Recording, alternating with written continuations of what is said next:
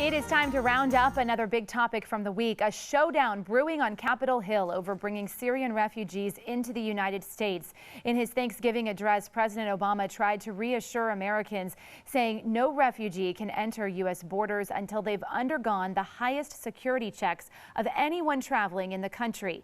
This after several states, including Texas, announced they would resist efforts to resettle Syrian refugees in light of the terror attacks in Paris. However, President Obama has said states that don't comply could face enforcement action, referencing the 1964 Civil Rights Act. Can states refuse the refugees? That's our topic this half hour. We want to hear from you on our Fox 26 Facebook page.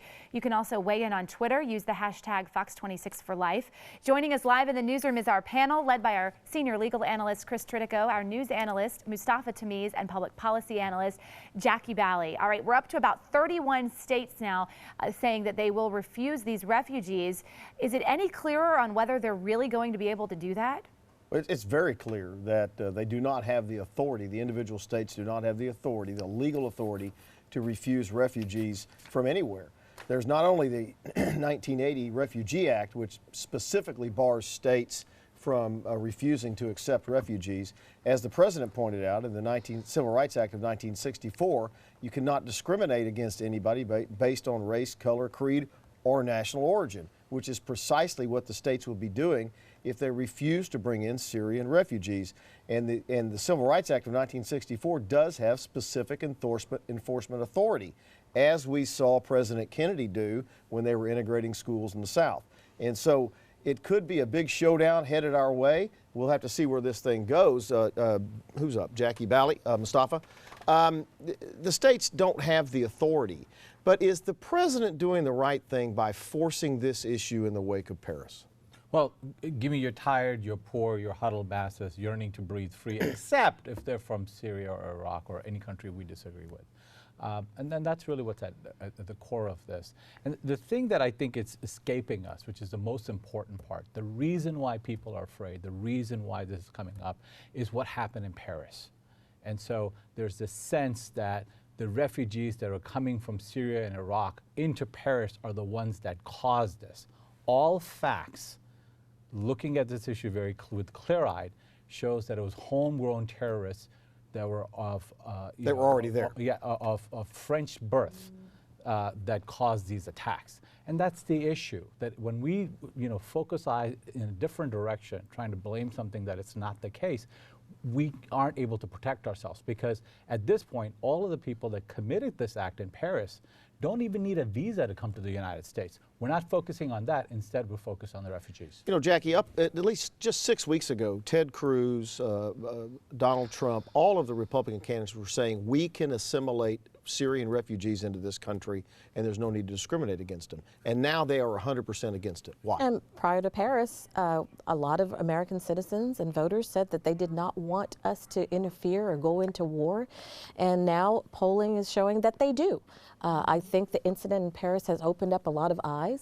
And the 31 governors who sent that letter to the president, they're using Title 8 of the Constitution, which states that they have the right as a governor or leader of their state to refuse illegals or to refuse people who are coming in if they feel that there are they are going to be involved in terrorism, or if they feel they're going to be involved in as a spy, or if they feel that they're going to bring violence into our country. Where is this?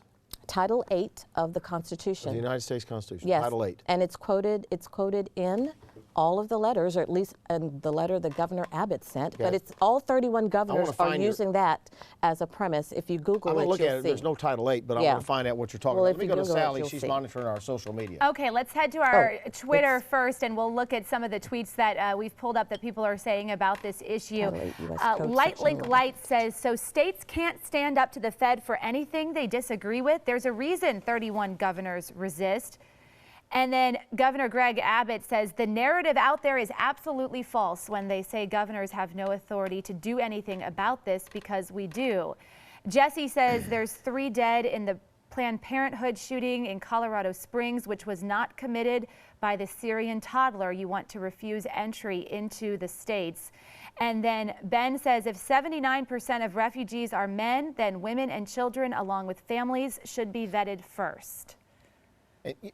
All of those tweets, I think, Sally, are pointing out how divisive this issue is. And Jackie was talking about Title VIII of the United States Code, not the United States Constitution. I knew that there was an issue there. I wanted to figure that out. So the Title VIII says, I haven't read it, but Title VIII apparently says that governors have a right to refuse terrorism.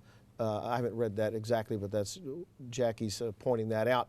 That does, in my view, doesn't override the 1964 Civil Rights Act. Yeah, the Title II of 1964 Act says outlaw discrimination based on race, color, religion, or national origin. So, look, we can argue this back and forth, but the heart of the issue is that there's a sense that the Syrian refugees that were coming into Paris who caused the bombing. That's completely a false premise. The people who caused the bombing were born and raised in Paris. But at some point, don't the people have a right to say, we want to be safe here? Absolutely. And if that happened over there, what are we going to do here? Look, absolutely.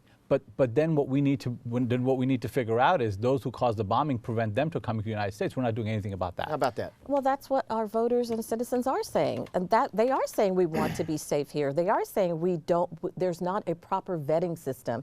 Even the owned department head has said the vetting system that they currently have for these refugees is not very thorough. So a lot of citizens are saying exactly what these governors are doing. They said they don't want these citizens to come in, these refugees to come in. The governors have said to the president, we don't want these refugees to come in. And of course, as usual, he's ignoring everybody else. Well, I don't know if he's ignoring everybody else. We'll see where the law goes on this, and it could be a huge fight and see what wins, Title VIII or the Civil Rights Act of 1964.